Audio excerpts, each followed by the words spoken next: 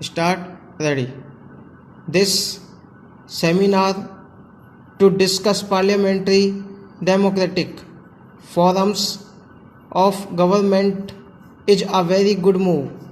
I have looked at the heads of discussion on which papers have been received. They are interesting aspects of parliamentary democracy, but it seems to me that they deal with somewhat superficial aspects of the question.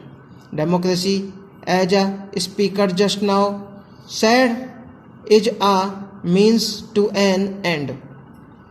What is the end we aim at? I do not know if everybody will agree with me, but I would say the end is the good life for the individual.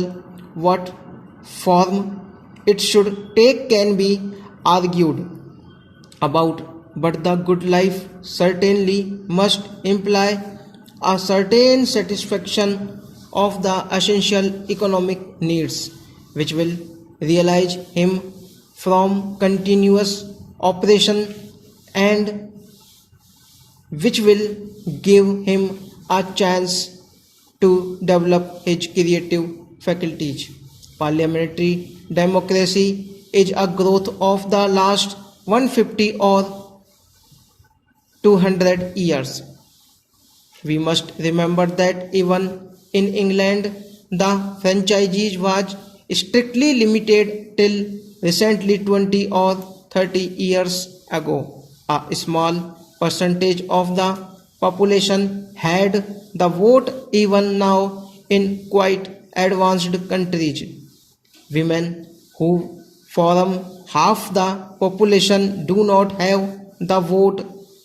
Democracy in those countries is presumably male democracy. It needed many struggles before democracy in the 19th century could widen out from the strict confines of certain classes. As the franchise was extended, the representatives chosen also ceased to belong to the higher classes. It is only in the last 30 years or so that adult franchise has come into being in a number of countries. This period is not long enough really to tell us what the ultimate effect of the universal franchises are likely to be in solving problems. Problems are solved not merely by the governmental structure being good, but by the quality of human being, their education and their character. The machine can at least best make it easier for those qualities to develop and remove any elements which suppress growth. In the past, democracy has been taken chiefly to mean political democracy, roughly represented by the idea of every person having a vote.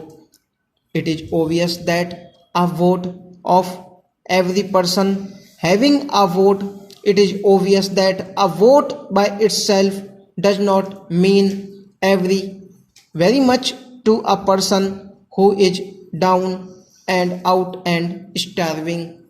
Such a person will be much more interested in food to eat than in a vote his democratic right stop.